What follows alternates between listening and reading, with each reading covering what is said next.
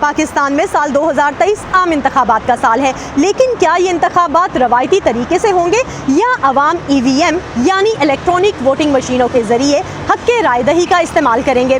اس میں سمجھنے کی بات یہ بھی ہے کہ شفافیت یقینی بنانے کے جس مقصد سے الیکٹرانک ووٹنگ کو پاکستان لانے پر غور کیا جا رہا ہے، کیا وہ اس مقصد پر پورا اترتی بھی ہے؟ احمد بلال محبوب پلڈیٹ نامی غیر جانب تھنک ٹینک کے سربراہ ہیں۔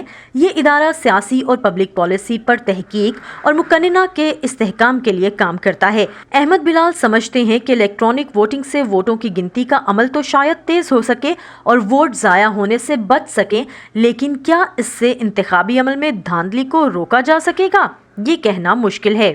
لوگوں کو یقین نہیں ہے کہ اس کے اندر جو چپ ڈالی جائے گی اس کو مینیپولیٹ نہیں کر لیا جائے گا۔ وہ جہاں سٹور ہوئے ہوئے ہیں EVM، جب وہ الیکشن پہ ڈپلوائے کرنے کے لیے نکالے جائیں گے تو کسی کی نگرانی میں ہوں گے نا سٹوریج پہ۔ ہمارے یہاں پاورفل جو سرکلز ہیں وہ ماضی میں بہت قسم کی مینیپولیشن کر چکے ہیں، یہ ان کی انفیکٹ مینیپولیشن کو اور ایفیشینٹ بنا دے گا۔ پاکستان میں انتخابی عمل کا جائزہ لینے والے ادارے free and fair election network کے رشید چودھری کی رائے میں اصل مسئلہ اعتماد سازی کا ہے۔ لوگ اعتماد نہیں کرتے، ان کا خیال یہ ہوتا ہے کہ ووٹوں کی بنیاد پہ حکومت بنتی ہے تو وہ ان کی مرضی کی نمائندہ شاید اتنی نہیں ہوتی جتنی ان کے خیال میں ہونی چاہیے۔ تو یہ مسئلہ ہے اعتماد کا۔ اب اعتماد کا نیم البدل مشین نہیں ہو سکتی۔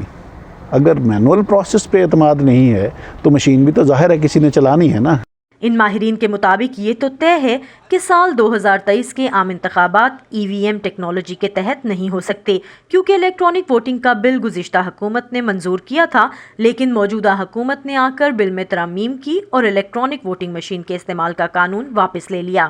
سیکشن 103 اس کو چینج کر کے لکھ دیا گیا تھا کہ آئندہ عام انتخابات میں الیکٹرانک ووٹنگ مشین استعمال ہوگی، یہ بتائے بغیر کہ مشین کس طرح کی ہوگی، کون سے پروسیسز مشین پہ جائیں گے، کون سے پروسیسز مینول رہیں گے، تو وہ پورا ابہام تھا۔ تو اس کو ریموو کر دیا ہے موجودہ پارلیمنٹ نے، اور انہوں نے پرانا سسٹم جو ہے وہ بحال کر دیا۔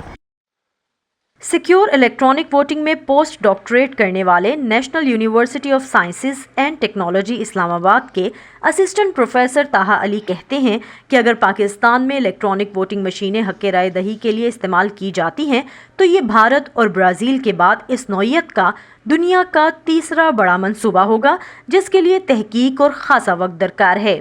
اس میں جو اچھی بات ہے وہ یہ ہے کہ پچھلے 10 سال میں ایسی ڈیولپمنٹس ہوئی ہیں ہمارے فیلڈ میں، الیکشن ٹیکنالوجی کے فیلڈ میں، جس سے آپ مشینیں بھی لا سکتے ہیں اور آپ ان کو سیکیور بھی رکھ سکتے ہیں۔ 2-3 ایسی ٹیکنیکس ہیں، یہ ہمیں انٹروڈیوس کرنی چاہیے۔ ان کا ایک ہے رسک لمیٹنگ آڈٹس، ایک ہے ویریفائبل ووٹنگ۔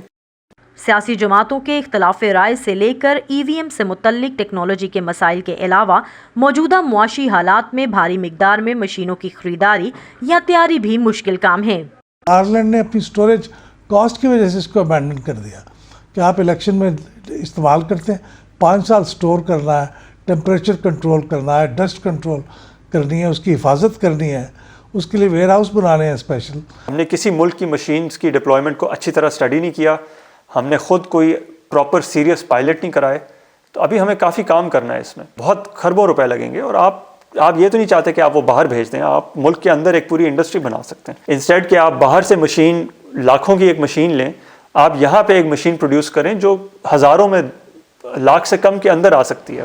ماہرین کے مطابق روایتی طریقے یا ٹیکنالوجی کے سہارے سے زیادہ انتخابی عمل میں اداروں کے کردار پر سیاسی جماعتوں اور عوام کا یقین بحال ہونے کی ضرورت ہے۔ Saman Khan, voice of America, Lahore.